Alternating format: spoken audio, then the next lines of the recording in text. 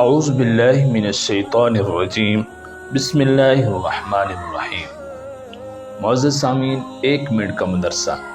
1 minute کے مدرسے کے اندر آپ کو ایک حدیث اور اس کا خلاصہ بتاؤں گا۔ اس سے پہلے آپ سے گزارش ہے کہ اگر آپ نے مجھے فالو نہیں کیا تو فالو کر لیں اور لائک بھی کر لیں۔ پیارے دوستو، حدیث شریف ہے الدعاء مخ العبادہ، کہ دعا عبادت کا مغز ہے۔ کیا مطلب؟